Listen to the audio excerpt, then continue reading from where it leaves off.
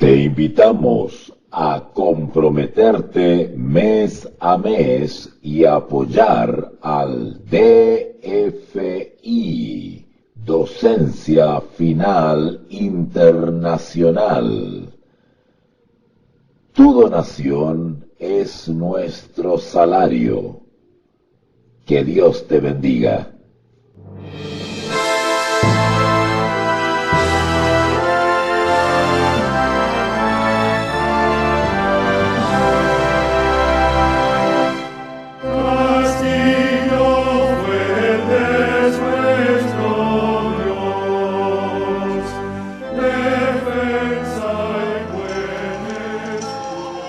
Odiado y respetado, denigrado y defendido, con igual pasión en su época y en los siglos posteriores.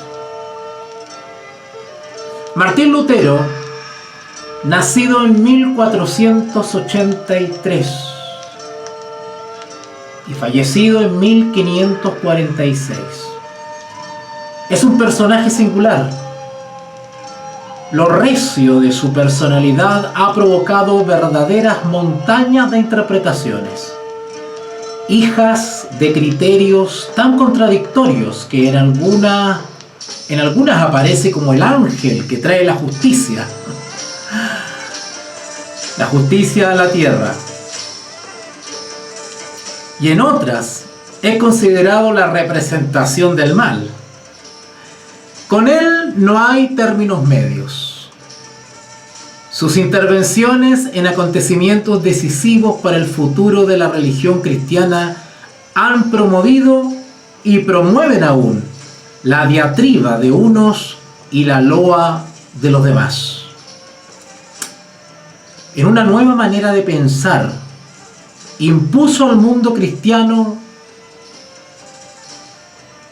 esta nueva visión, una forma descarnada de sentir y practicar la religión, y a la vez una peculiar expresión de la rebeldía. Estoy leyendo la contratapa del libro Martín Lutero, Un destino, de el histórico escritor Lucien Febvre. Este autor, y acá tengo el librito, este autor, al descubrir al monje Agustino en su plenitud, lo sitúa en su tiempo, ante los problemas sociales, políticos y religiosos en que le tocó actuar.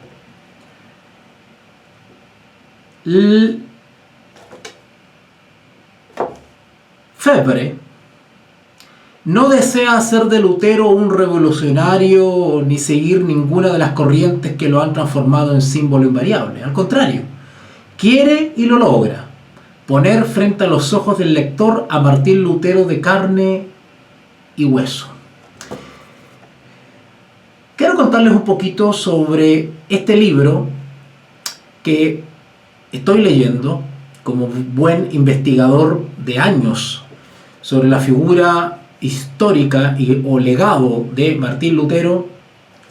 Pues me he dado la tarea de profundizar un poquito y llegó a mis manos este libro de Lucien Febvre. ¿Cuál es la novedad de este libro? Porque hay miles y miles de libros que hacen referencia a algún aspecto de Martín Lutero. Pero lo interesante de este libro es que este es un libro antiguo. Bueno, esta es una edición moderna, pero digamos que ha sido republicado este libro de Lucien Febvre, que es un libro antiguo. O sea, estamos hablando de un libro que fue escrito por allá por el 1900 y algo, a ver, 1927, Como podrán ver ustedes, es un libro bastante antiguito que ha sido reeditado. Aquellos que les interese, esto ha sido editado por el Fondo de Cultura Económico. ¿Ya?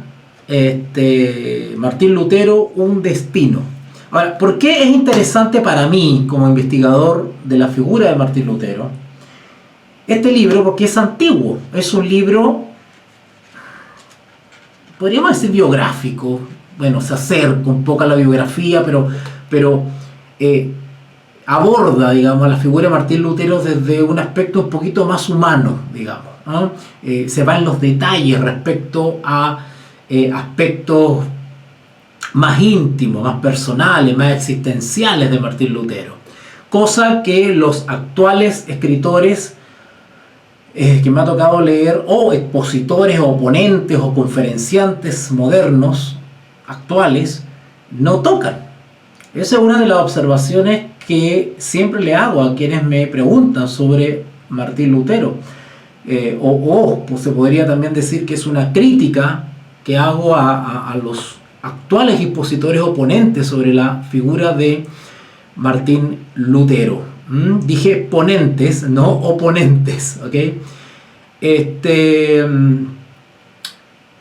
Y mis observaciones van por lo siguiente, pero antes de ir a las observaciones, quiero terminar de decirles por qué para mí es importante este libro. Primero, que un libro antiguo, estamos hablando, como les dije, de 1927, que fue la primera edición en este libro en francés. Luego se hizo una segunda edición en 1951 en francés. Y luego apareció la primera edición en español en 1953. ¿Vale? Esta edición que tengo yo ahora es del año 2013. Y es una edición de bolsillo, pero no deja de tener el contenido original. Así que es un libro de 1927. Por lo tanto, la mirada investigativa, para mí, que he leído docenas de libros sobre Martín Lutero, les puedo decir que mientras más antigua la versión de algún libro que hable sobre Martín Lutero, es mucho más rica en términos objetivos, porque el autor, por lo general, y sobre todo los autores que no están comprometidos religiosamente, espiritualmente, aquellos autores que no están envueltos en ciertos movimientos o instituciones religiosas, que son imparciales, por ejemplo, como un historiador, por ejemplo, porque Lucien Febvre es un historiador, pero no tiene intereses, no tiene un conflicto de intereses, no está conflictuado. Entonces es objetivo a la hora de analizar y exponer la figura de Martín Lutero, cosa que no sucede con muchos ponentes o conferenciantes sobre el legado o historia o personaje histórico de Martín Lutero actuales.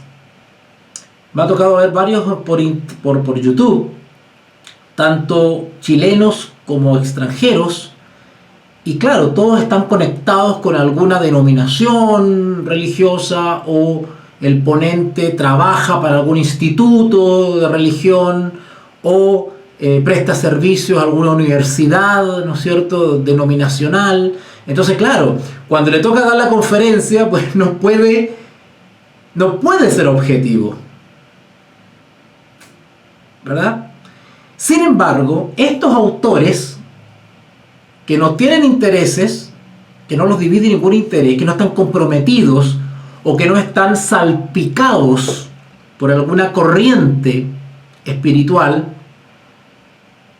llámese ecumenismo o diálogo interreligioso, pues entonces son libres de poder expresar su parecer sobre la figura de Martín Lutero.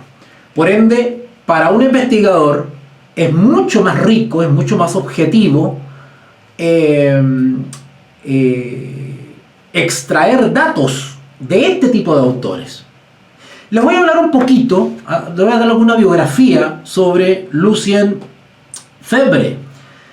Lucien Febvre fue uno de los más importantes historiadores franceses, centrado en la época moderna. Se le recuerda por el papel que jugó en el establecimiento de la Escuela de los Annales, que fundó en 1929 con Marc Bloch. ¿Okay? Nació el 22 de julio de 1878 en Nancy, Francia. Falleció el 11 de septiembre de 1956 en Saint-Amour, Francia. ¿Okay? Su educación fue en la Escuela Normal Superior de París, alumno destacado de Robert Mandrou, premios a la Cruz de Guerra, etcétera, etcétera, etcétera. Estamos hablando de un historiador reputado, ¿verdad? De un historiador reputado. Yo no sé si la pantalla logra mostrar ahí la imagen, pero voy a dejar todos los datos en la referencia del video para que ustedes puedan ir a buscar referencia sobre Lucien Febvre. Bueno, y este verdadero historiador escribió este librito. Y lo estoy leyendo. Ahora, ¿por qué mi inquietud respecto a esto? Vuelvo atrás a contarles sobre los ponentes o conferenciantes actuales que hablan sobre Martín Lutero, tanto chilenos y extranjeros. Y me he dado cuenta de algunos problemas que estos ponentes tienen. Y pues como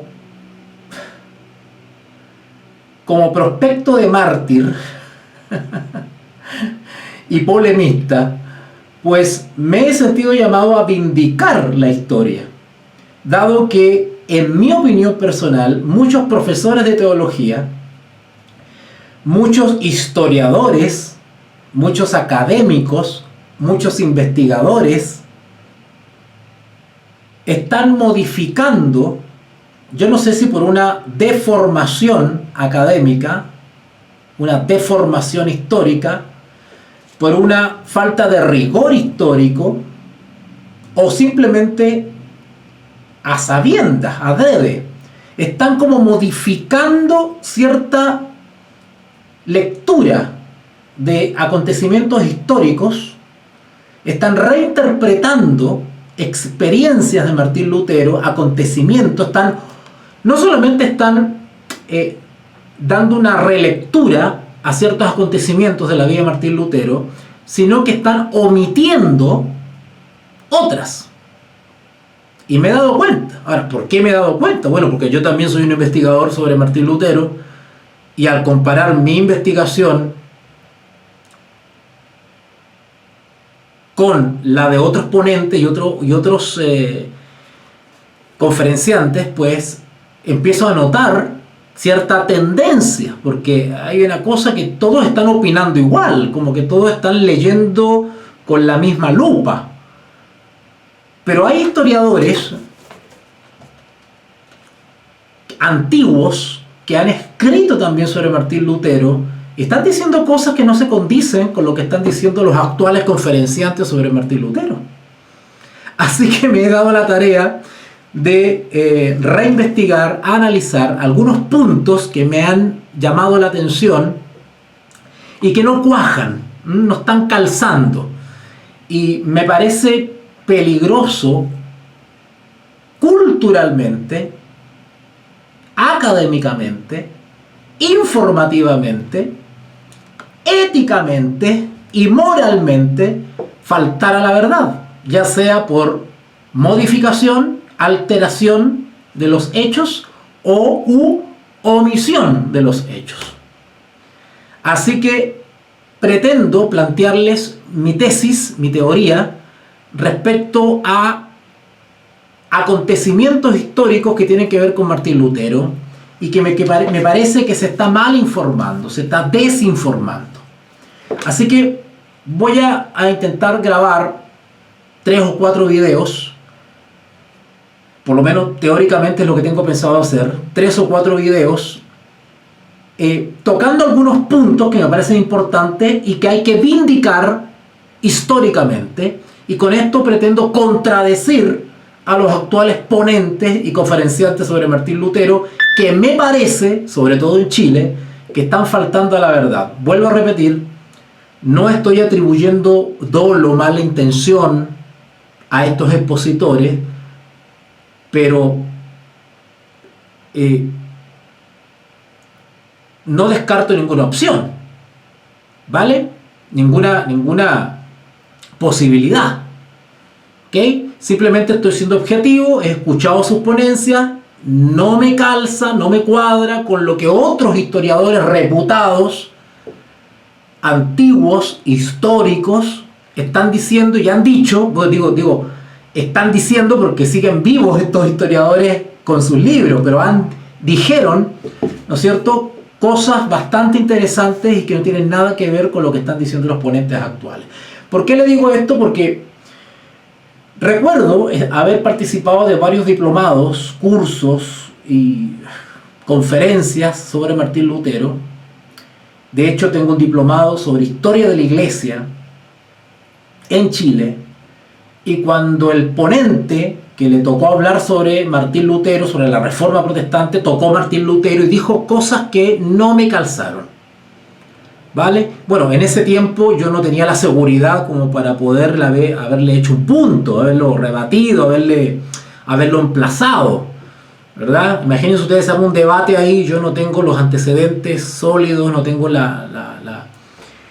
toda la información a mano. Bueno, en ese tiempo no me hacía ruido, me inquietaba lo que escuchaba, porque me parecía que no era así, ¿verdad? Yo llevo más de 20 años estudiando la vida y el legado de Martín Lutero, y les puedo decir que hay un abismo bastante alto, hondo, entre los historiadores antiguos como Lucien Febvre y otros actuales investigadores modernos. Entonces, hay algo que no está cuajando acá. Así que vamos a intentar vindicar la verdad histórica, ¿vale? Este video lo estoy grabando a modo de introducción, para después ya tocar en otros videos específicamente ciertos acontecimientos históricos que tienen que ver con Martín Lutero. Pero si me permiten, voy a leer textualmente ciertas cosas que me llamaron la atención del libro de Lucien Febvre. Y en este libro, él describe someramente la experiencia personal íntima, ¿vale?, de Martín Lutero respecto a las indulgencias, respecto al acto de haber clavado, ¿no es cierto?, las 95 tesis en la puerta del castillo de Wittenberg, la ciudad de Wittenberg, ¿okay?, cuando él todavía era monje agustino, profesor de la Universidad de Wittenberg, ¿vale? Bueno, y este autor describe un poquitito la sensación, todas las emociones que envolvieron a Martín en el año 1517, cuando él realiza ese acto histórico, ¿cierto?, de clavar las 95 tesis en la puerta del castillo, de la iglesia del castillo de Wittenberg, al cual tuve el privilegio de estar presente y estar ahí, ¿verdad? A ver si acompaño este video después con unas fotitos y todo eso, porque esta es la versión en vivo, pero tengo una versión editada que después voy a subir, y ahí voy a poner algunas fotitos para que me vean ustedes ahí en Alemania. Bueno, Lucien Febvre comienza a describir este momento, pero después que describe este momento, él vuelve atrás a años anteriores a ese evento, 1517, 95 tesis. Ubiquémonos bien.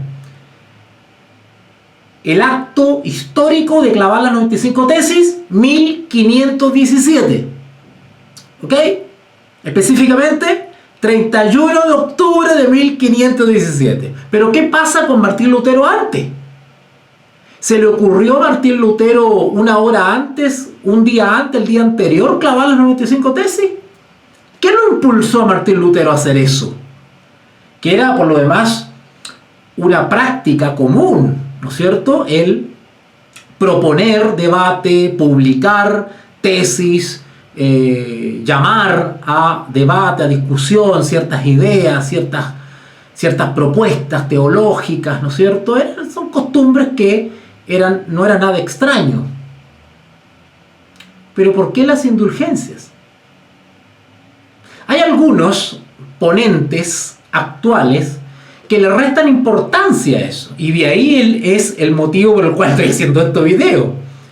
Me he dado cuenta que a algunos conferenciantes sobre Martín Lutero le restan importancia a eso de que él clavó las 95 tesis, ¿no es cierto? Y si dicen, no, ese simplemente es una actividad académica, es algo totalmente normal, eso no tuvo nada que ver con una protesta.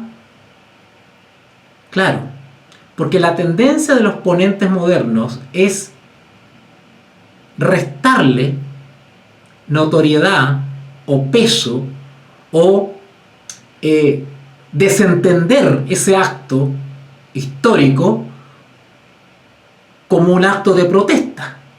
Entonces, yo he escuchado que dicen, no, ese fue simplemente un acto, un hecho absolutamente normal y cotidiano. Eso se hacía para incentivar los debates universitarios, ¿no es cierto? Y como que le bajan el perfil al acto fundamental y esencial de que lo que hizo Martín Lutero fue una protesta. Y esta es la raíz de mi tesis. Porque si desde el punto de vista emocional, si desde el punto de vista intencional, si desde el punto de vista teológico, si desde el punto de vista doctrinal, ese acto de haber clavado las 95 tesis dentro del contexto de una práctica habitual, yo no estoy negando eso, pero es mucho más profundo, o sea, ese acto contiene un motivo mucho más profundo que simplemente clavar en la puerta del castillo, de la iglesia del castillo, una propuesta teológica para debatir en términos académicos, universitarios. Es mucho más profundo que eso. Entonces algunos ponentes le restan esa importancia y yo quiero vindicarla. Lo que hizo Martín Lutero fue un acto de protesta, fue un hecho manifiesto para comunicar una protesta, fue una protesta teológica. Y desde esta base se desenvuelven un montón de otras o varias otras aristas sobre esta situación. Porque los ponentes y conferenciantes actuales tienen la tendencia a abordar la figura de Martín Lutero desde el punto de vista histórico. Y no está mal, yo también lo hago. Pero dejan de lado, y vuelvo a repetir, no estoy atribuyendo malas intenciones, mala fe, dolo a los actuales ponentes y conferenciantes sobre Martín Lutero, pero da para pensar. Ellos en sus ponencias, en sus conferencias, suprimen notoriamente el aspecto espiritual, el aspecto sobrenatural de la irrupción de Martín Lutero en la historia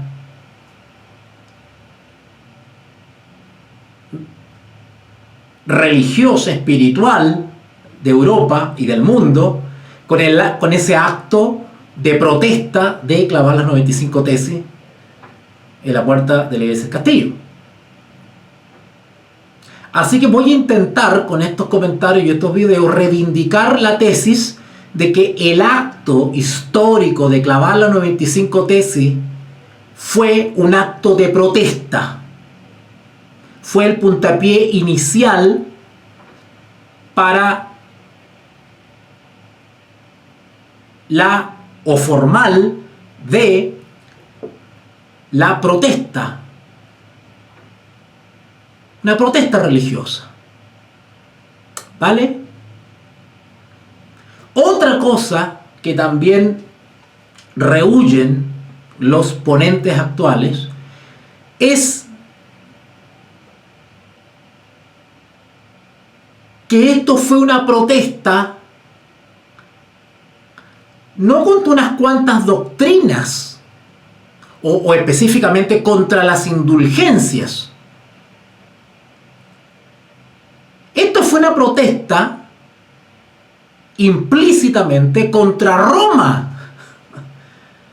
O sea, los actuales ponentes le restan ese énfasis, ¿verdad? Esto fue una protesta contra Roma, contra el papado. Entonces, todo este tipo de situaciones que le estoy relatando hay que volver a vindicarle y darle el énfasis, la importancia que requieren. ¿Ok? Ahora, vuelvo atrás otra vez. Este acto histórico de clavar las 95 tesis en la puerta del castillo de la iglesia de Wittenberg es el resultado de todo un proceso anterior, íntimo, personal en Martín Lutero. Había un conflicto de conciencia espiritual, personal, en Martín Lutero y que termina de manifestarse con las 95 tesis clavadas en la puerta. Vuelvo a repetir, las 95 tesis fueron clavadas en la puerta del castillo de Wittenberg, de la iglesia de Wittenberg, el año 1517. ¿Saben ustedes desde cuándo Martín Lutero comenzó con inquietudes sobre ciertas prácticas? Primero empezó con inquietudes personales respecto a su situación ante Dios. Incluso yo me remontaría hasta antes de que fuese monje, pero ya voy a tocar ese tema, no me voy a ir tan atrás. Y que luego derivó, esta inquietud espiritual deriva en una indignación sobre las prácticas de la venta de indulgencia. Pero esto fue un proceso. O sea, esto no comenzó en 1517. Esto podríamos retrotraernos por lo menos hasta 1512. Desde Erfurt y después en Wittenberg. Estamos hablando por lo menos, porque no me quiero ir tan atrás, hasta antes que era monje agustino. Hablemos desde cuando ya era un monje agustino. Estamos hablando por lo menos desde 1512, que ya Martín Lutero tenía fuertes conflictos espirituales, quería respuestas, quería soluciones, quería paz interior. Noten, 1512. Y todo este proceso termina, o comienza, como lo quieran ver, en 1517 con las tesis. Entonces el tema de las 95 tesis es algo que venía ya desarrollándose, es producto de inquietudes espirituales, teológicas, que ya venían desde antes. Hasta que esas inquietudes teológicas, esas inquietudes espirituales, derivan ya derechamente en una molestia, en una indignación, en una oposición, en una protesta contra doctrinas propiamente tal.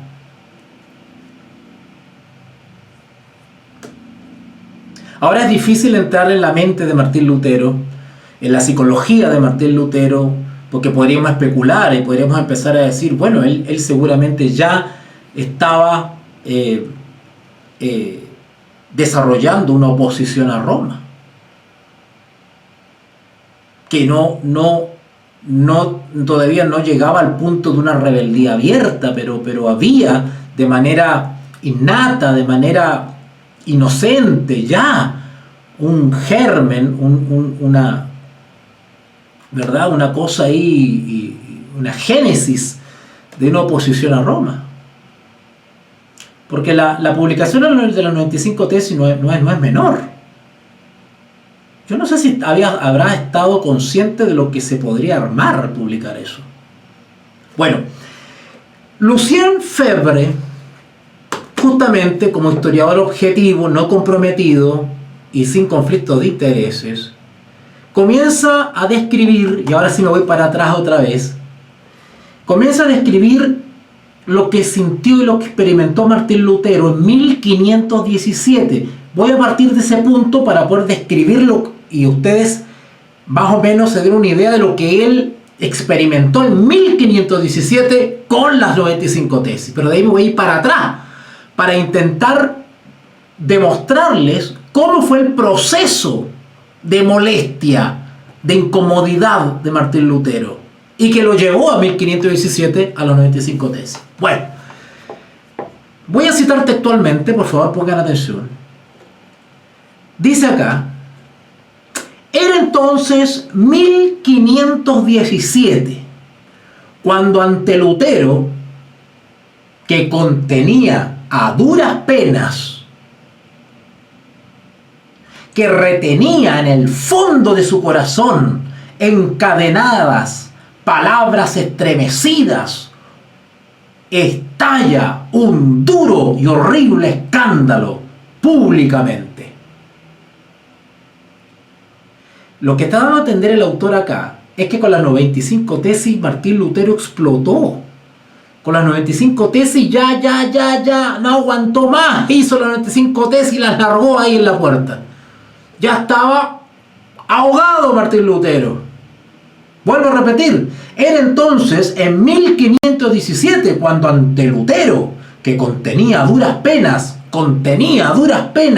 que retenía en el fondo de su corazón encadenadas palabras estremecidas, Martín Lutero quería gritar al mundo que él no estaba de acuerdo con las indulgencias. Un horrible escándalo estalla públicamente. En ese entonces, otorgadas por el Papa a un joven de 23 años, Alberto de Brandenburgo, que en menos de 2 años acababa de recibir sucesivamente el arzobispado de Magdeburgo, el obispado de Helmstadt y el arzobispado de Maguncia, se predicaban en ese entonces y se vendían indulgencias con un cinismo tan blasfematorio que ante este tráfico odioso, ante la afirmación 100.000 veces prodigada por mercanchifles en hábito religioso de que con dinero los peores pecados podían ser borrados, Lutero clamaba al fin con voz vengadora una indignación contenida demasiado tiempo. No se aguantó más Martín Lutero. A Martín Lutero le faltaba que lo empujaran nomás.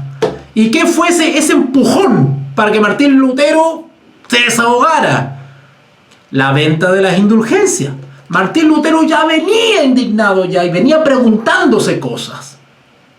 Ahora, lo que no tocan los ponentes sobre Martín Lutero es qué pasa con el aspecto espiritual. ¿Martín Lutero fue usado por el Espíritu Santo? Esa parte no la tocan. Se dedican a la parte histórica, al dato estadístico, geográfico, político, pero no se adentran a la dimensión espiritual. ¿Martín Lutero fue movido por el Espíritu Santo? ¿Fue inquietado en su conciencia por el Espíritu Santo para en algún momento cobrar fuerza y levantarse y ser una voz disruptiva?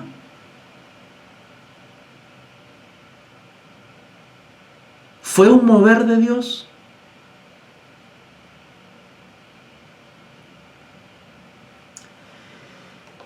De uno a otro extremo, de una Alemania saturada de abusos, asqueada de venganzas, excesiva de escándalos, la palabra de Lutero, ardiente, resonaba con furia. Un eco formidable la amplificaba. En algunos días, en algunas semanas, el agustino rebelde se convertía en una potencia. Reanudaba para hacerla desembocar en un furioso impulso. La obra abortada de los grandes concilios reformadores, volvía también a tomar para darle su conclusión necesaria. Yo quiero aclarar algo acá. No es que Martín Lutero haya sido el reformador. Anterior a Martín Lutero hubieron otros valientes que también se levantaron, pero no con la fuerza. No las condiciones quizás no favorecieron, no acompañaron la voz disidente de algunos reformadores. Por lo tanto, no tuvieron la trascendencia que sí tuvo Lutero. Quizás faltaba que se levantara una voz en el momento indicado. Histórico, social, político, económico, religioso, indicado. Pero ya se escuchaban voces antes de Martín Lutero. Acá el autor hace referencia a asambleas de otros reformadores, pero que no tuvieron la fuerza, la violencia, la radicalidad que tuvo el movimiento de Lutero. ¿Por qué? Y eso es algo histórico.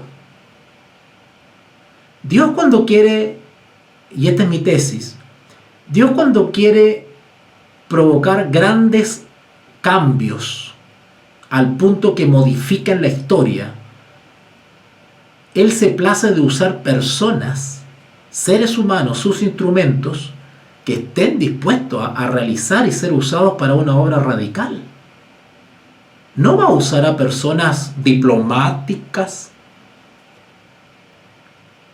contemporizadoras, muy dialogantes, muy protocolares, que no digo que sea malo, pero cuando Dios quiere provocar un cambio radical al punto que modifique la historia del ser humano, Dios se vale de instrumentos humanos radicales, dispuestos a morir,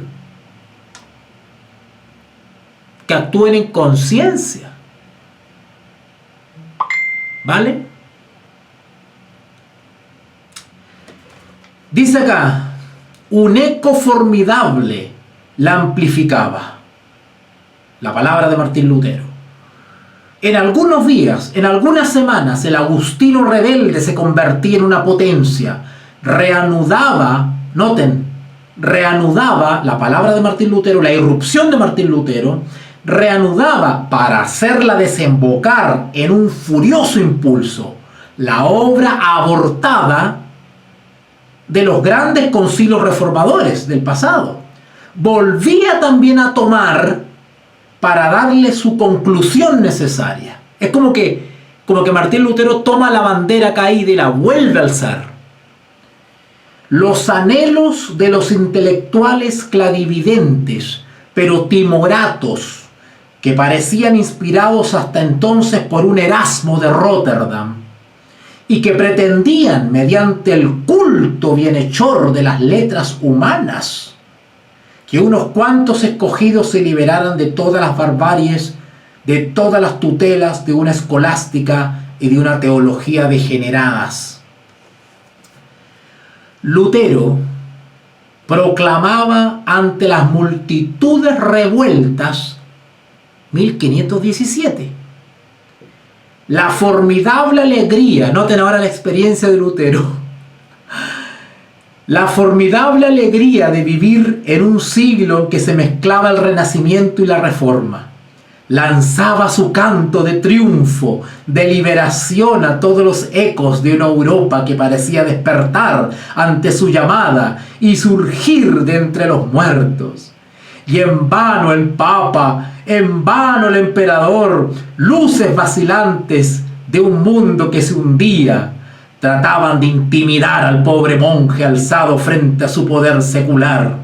En la Dieta de Worms, el jueves 18 de abril de 1521, lo que Lutero, al resplandor de las antorchas en la gran sala abarrotada de una multitud cuyo aliento sentía en el rostro, afirmaba de pie frente al César germánico, frente al legado del pontífice romano, con una voz que sus angustias hacían aún más patética, no era solamente la decadencia de un papado usurpador y degenerado, eran más bien los derechos imprescriptibles de la conciencia individual. Retractarme de lo que sea, ni lo puedo, ni lo quiero, porque actuar contra la propia conciencia no es ni seguro ni honrado. Ese período marcó la historia religiosa de Europa y el mundo hasta el día de hoy. Noten, el autor hace referencia a ese episodio de 1517, la protesta o el acto de protesta de las 95 tesis, hasta 1521, cuando Lutero fue llamado a la dieta de Worms, donde pronunció esas famosas palabras, ¿se acuerdan? No quiero ni puedo retractarme, porque actuar contra la conciencia no es seguro, ni honrado, ni honesto, dicen otras versiones. ¿Ok?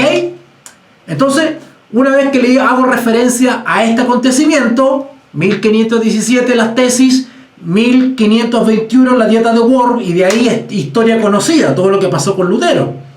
Pero vámonos un poquito más atrás. ¿Dónde nace este asunto? ¿O cómo se desarrolla? ¿Cómo se le ocurrió a Martín Lutero esto? ¿Por qué terminó en las tesis? Bueno, el autor hace un repaso histórico anterior a 1517, tratando de investigar cómo fue que Martín Lutero terminó clavando los 95 tesis. Y para eso el autor plantea, y estoy muy de acuerdo con él porque es muy sabio lo que él hizo, que a investigar los antecedentes intelectuales, las influencias espirituales, teológicas, que formaron a Martín Lutero. Para poder entender por qué Martín Lutero terminó como terminó e hizo lo que hizo, bueno, tenemos que buscar los antecedentes, cómo se formó, con qué ideas, qué influencia recibió. Y bueno, el autor hace referencia a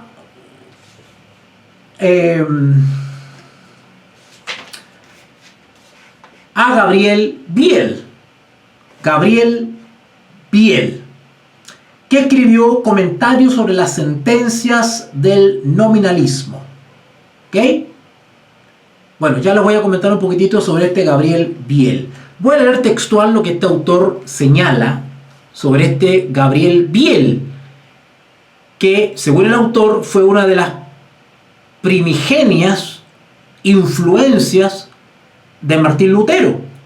Y cómo de Gabriel Biel, Martín Lutero recibió una especie de golpe de gracia por parte de Staupitz. ¿Ok? De Staupitz. Ya voy a explicar ya quién fue Staupitz. Y de ahí comienza el cambio y comienza Lutero a ver luces. Y ahí vamos a empezar a entender por qué el Lutero de 1517. Dice así: esta es la cuestión. Un hombre vive en el siglo, hablando de Lutero, lleva un fardo demasiado pesado, tiene el alma inquieta. Estamos hablando, más o menos, si no me equivoco, 1512. Todavía no llegan las indulgencias, 1517, estamos para atrás, 1512. Esta es la cuestión. Un hombre vive en el siglo, lleva un fardo demasiado pesado, tiene el alma inquieta, tiene mala conciencia. No es que sea desalmado, perverso o malvado, pero siente que hormiguean y reptan en los bajos fondos de su alma tantos deseos sospechosos, tantas tentaciones penosas, tantos vicios en potencia y complacencias secretas, que desespera de sí mismo y de su salvación. La pureza absoluta, la que sería precioso tener para osar tan solo presentarse ante Dios, es tan lejana, tan inaccesible. Martín Lutero tenía una lucha interior, y era que Martín Lutero no lograba conocer la naturaleza de Dios, el carácter de Dios.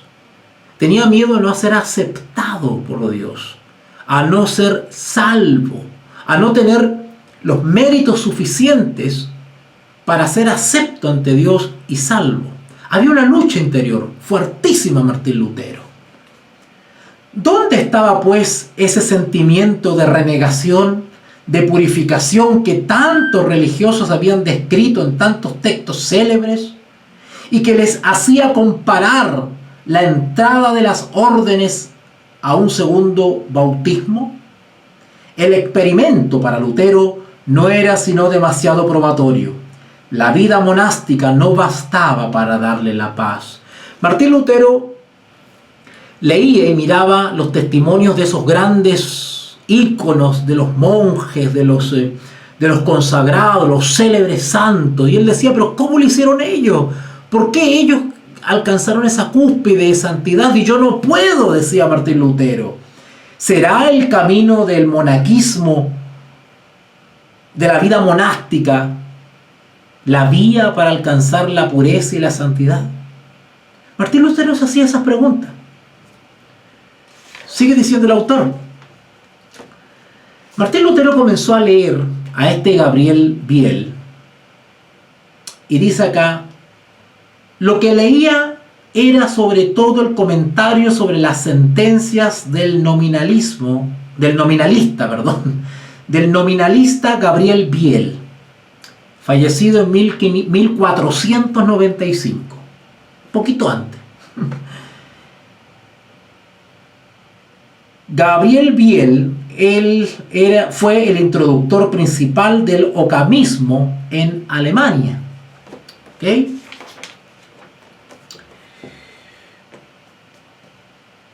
Y cuando, después de todos los esfuerzos,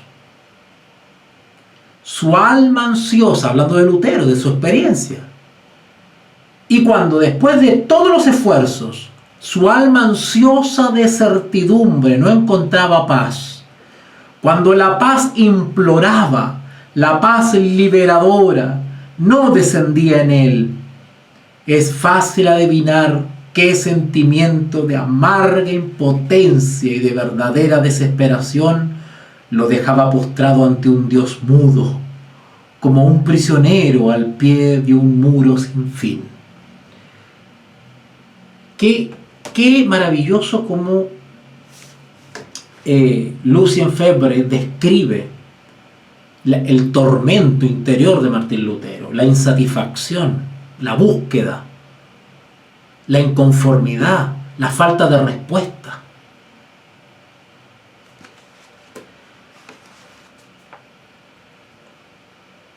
El problema de Lutero, dice el autor, no tenía que ver con doctrinas.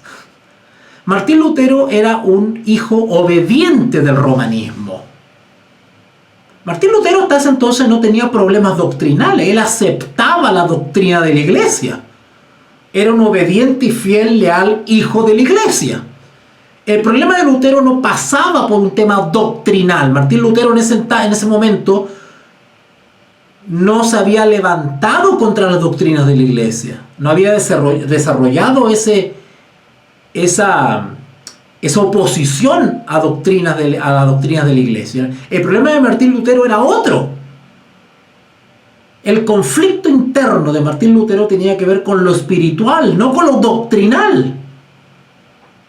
Noten cómo nace Martín Lutero, el Martín Lutero histórico. Dice el autor, no era de doctrina, sino de vida espiritual, de paz interior, de certidumbre liberadora. Eso es lo que buscaba Martín Lutero. Martín Lutero no estaba en búsqueda de la verdad doctrinal. Martín Lutero estaba en busca de la verdad espiritual. Él quería paz en su corazón. de quietud en Dios. De eso él estaba ávido, apasionadamente en esa búsqueda. La enseñanza que le dispensaban la tomaba tal como se la daban. Él no cuestionaba la enseñanza de la iglesia. Él se la daba y él la aceptaba. Asimilaba de ello todo lo que convenía a su temperamento, pero rechazaba el resto. Ojo, rechazaba el resto violentamente.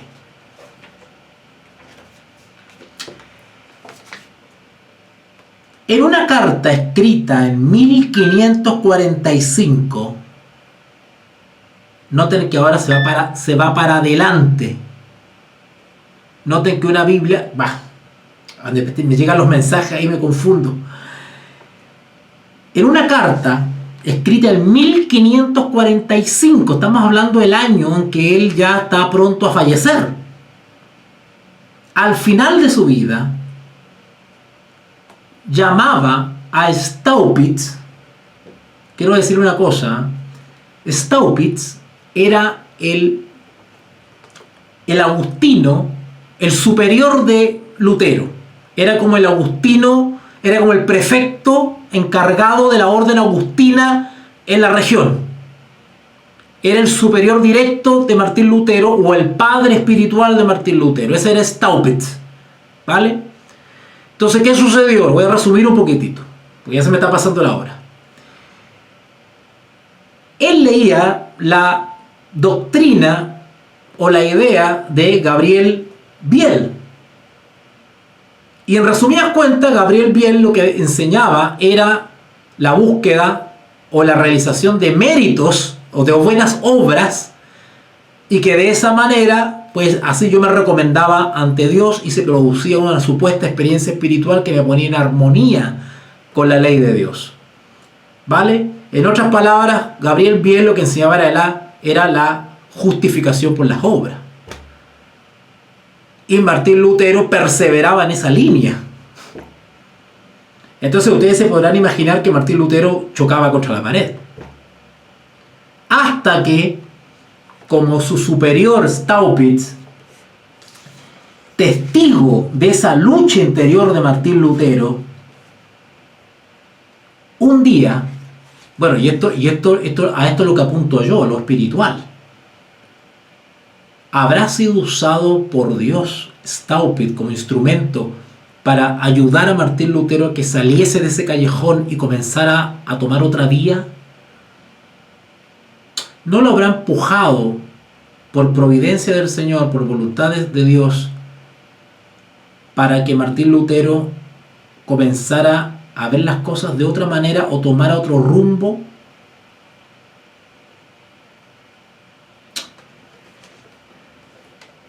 En una carta escrita en 1545, al final de su vida, llamaba a Staupitz su padre.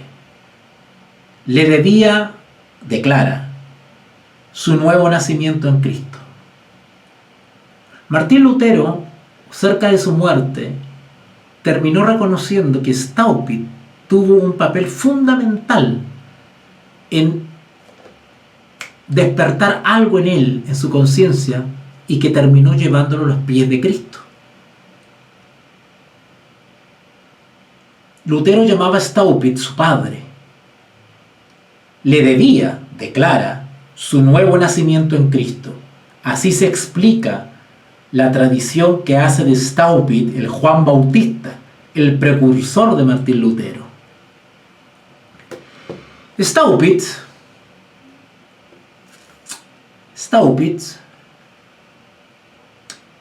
que tenía bastante poco tiempo, porque al ser una especie de prefecto encargado de la orden religiosa agustina, pues se imaginarán ustedes que tenía muchas cosas que hacer. Pero en ese poco tiempo que a veces tenía para Lutero, sucedió algo. Era como un padre bondadoso para Lutero, un padre espiritual, un guía espiritual.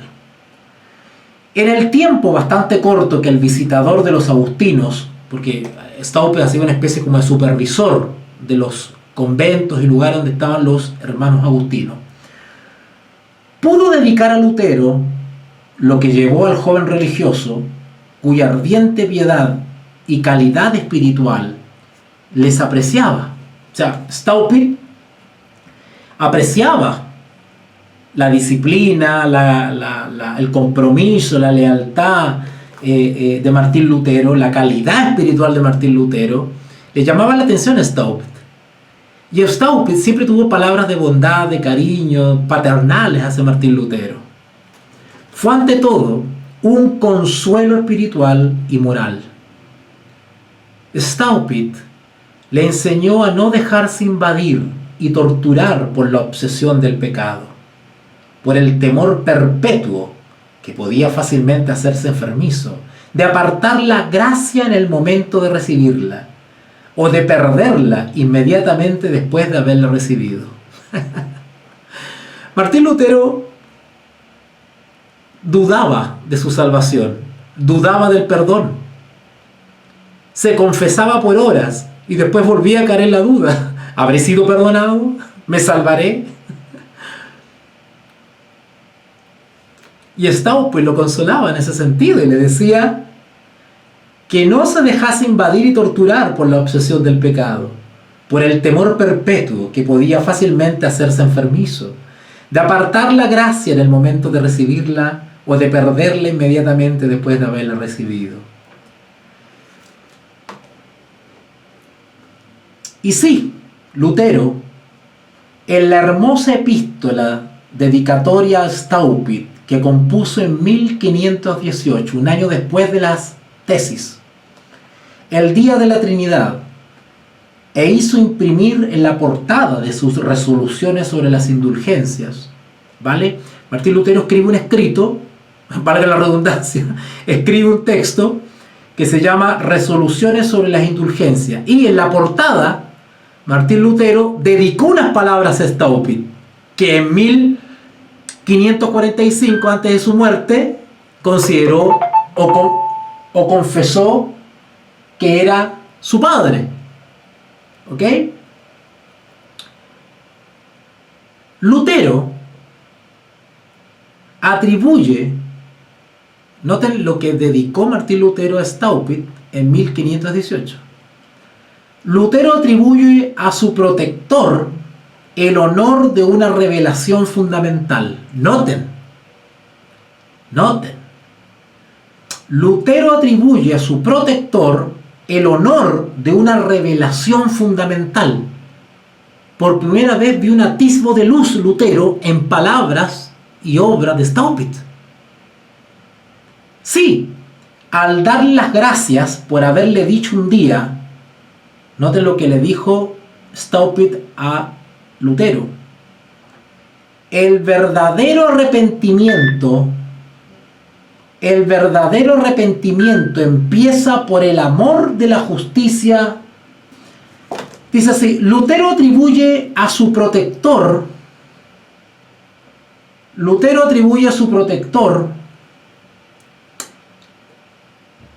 el honor de una revelación fundamental. Sí, al darle las gracias por haberle dicho un día, el verdadero arrepentimiento empieza por el amor de la justicia y de Dios. Eso le dijo Staupitz a Lutero y eso le hizo clic a Lutero. ¡Eureka! Ahí comienza el Lutero reformador, reformando primero su vida. Ahí está el germen de su nueva experiencia en Cristo. Esas palabras que resonaron fuerte en su conciencia. Lutero atribuye a su protector el honor de una revelación fundamental. Sí, al darle las gracias por haberle dicho un día, Staupitz a Lutero, el verdadero arrepentimiento empieza por el amor de la justicia y de Dios. Describe la especie de iluminación que esta fórmula produjo en su espíritu y todo el trabajo de cristalización que se operó a su alrededor. Eso fue como como un rayo de luz esas palabras que les dijo Staupitz. En realidad, la frase misma de Staupitz, de que el arrepentimiento empieza por el amor de la justicia y de Dios, frase pronunciada muy probablemente sin intención teórica o sistemática, si en Lutero toma un sentido y un valor doctrinal. Noten, lo que dice el autor acá es que estas palabras de Staupitz, ¿verdad? El arrepentimiento empieza por el amor de la justicia y de Dios, no fueron necesariamente pronunciadas con una intención teórica o sistemática, ¿vale? Fueron dichas con la intención de traer consuelo a Martín Lutero, un alivio espiritual. Sin embargo, para Lutero esas palabras tomaron un sentido y un valor doctrinal.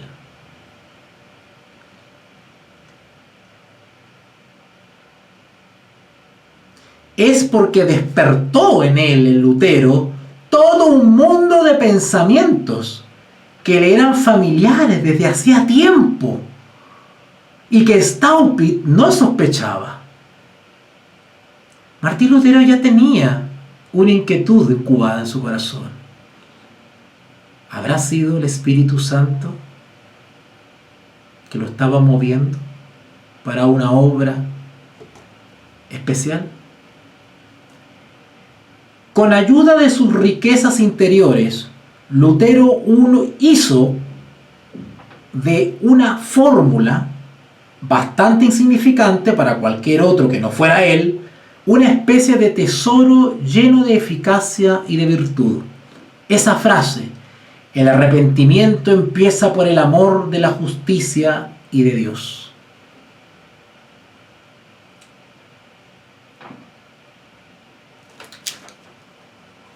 Era, pues, un sistema de conceptos teológicos más o menos lógicamente ordenados lo que le procuraría el apaciguamiento a Lutero?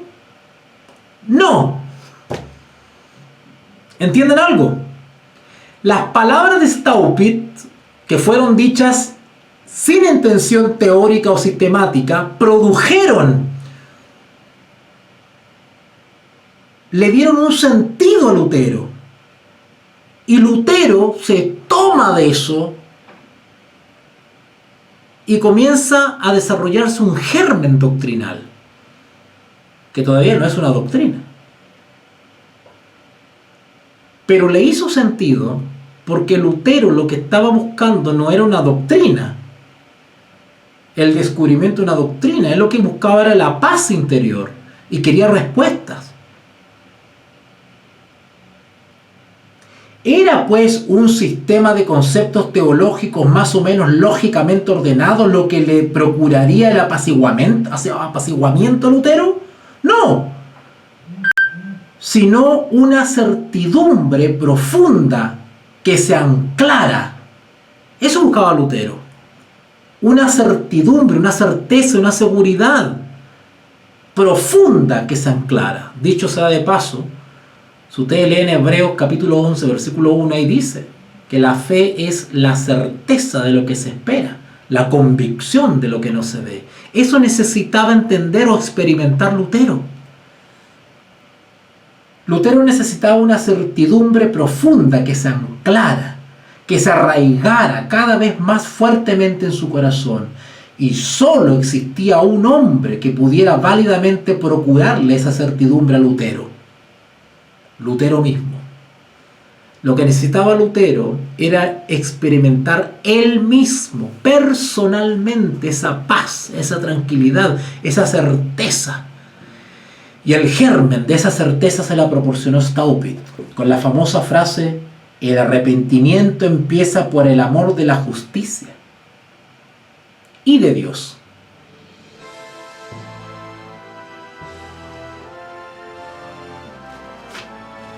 ¿Okay? Bueno, ya ha pasado el tiempo.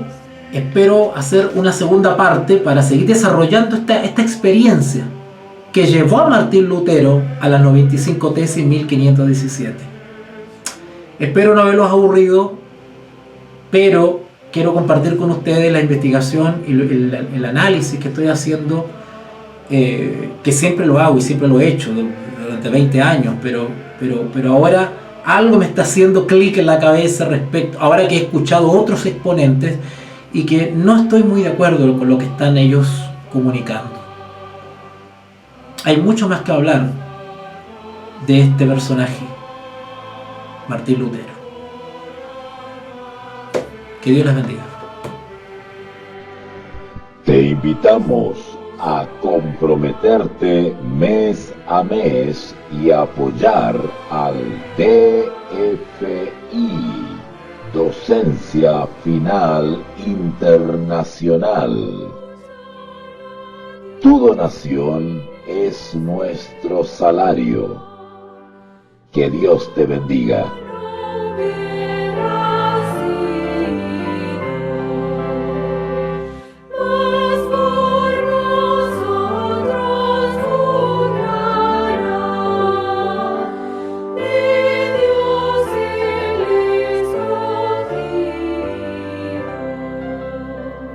Sabes quién es Jesús.